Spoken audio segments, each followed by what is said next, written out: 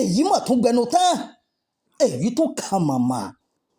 Ṣèbí wọ́n sọ pé eré adé kì í sùn ta ni, orí adé mọ̀ ti sùn ta báyìí nípínlẹ̀ Kwara.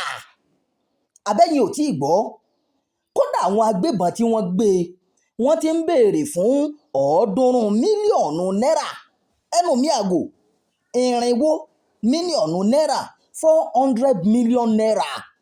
Òun ni àwọn ajínigbé tí wọ́n gbé ọba náà, òun ni wọ́n ń béèrè fún báyìí o.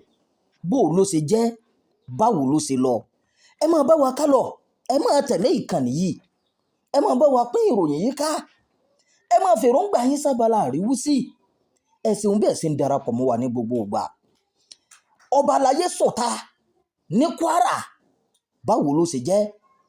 Àwọn agbésùnmọ̀mí, àwọn báńdíìtì àyà, wọ́n mà jí ọba aláyé gbé lọ́jọ́ àbámẹ́ta ọjọ́ 18 oṣù kẹrin ọdún yìí ní agbègbè Ọláyínká níjọba ìbílẹ̀ Ìfẹ́lódùn nípínlẹ̀ Kwara. Ọba Salman Ọlátúnjí Àwẹ̀dá ó mà bọ́ sọ́wọ́ àwọn ajínigbé níbẹ̀.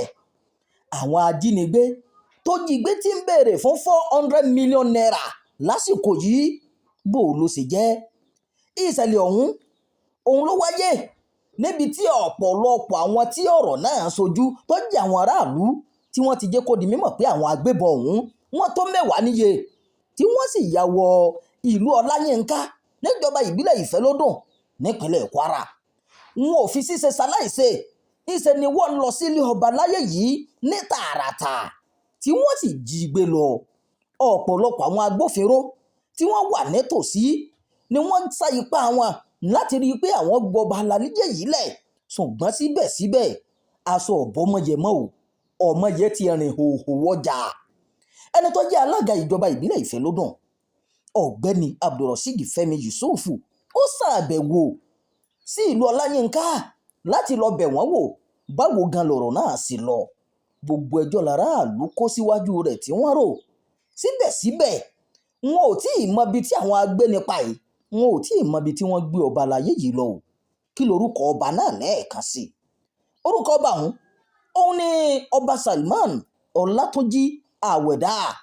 Ó ti ń bẹ lákàtà àwọn ajínigbé o.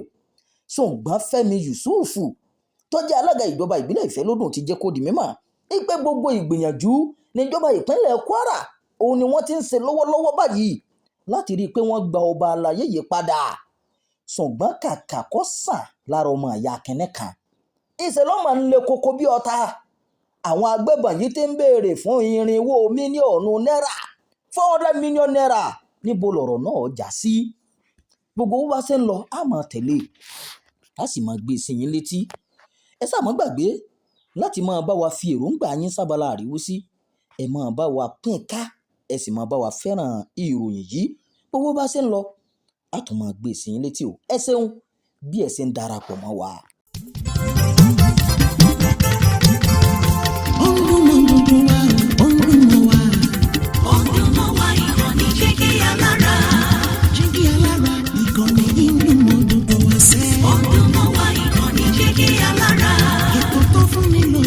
Ètò tó wà ní lọ́yẹ̀ wà ń bẹ̀. Ọdún mọ́ wá ìkànnì Jígí Alára. Ìròyìn lóríṣiríṣi tàbí mọ́ bó ṣe ń lọ láwùjọ.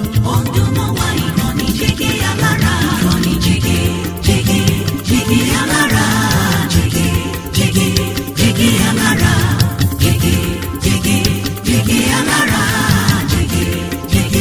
Jígí Alára.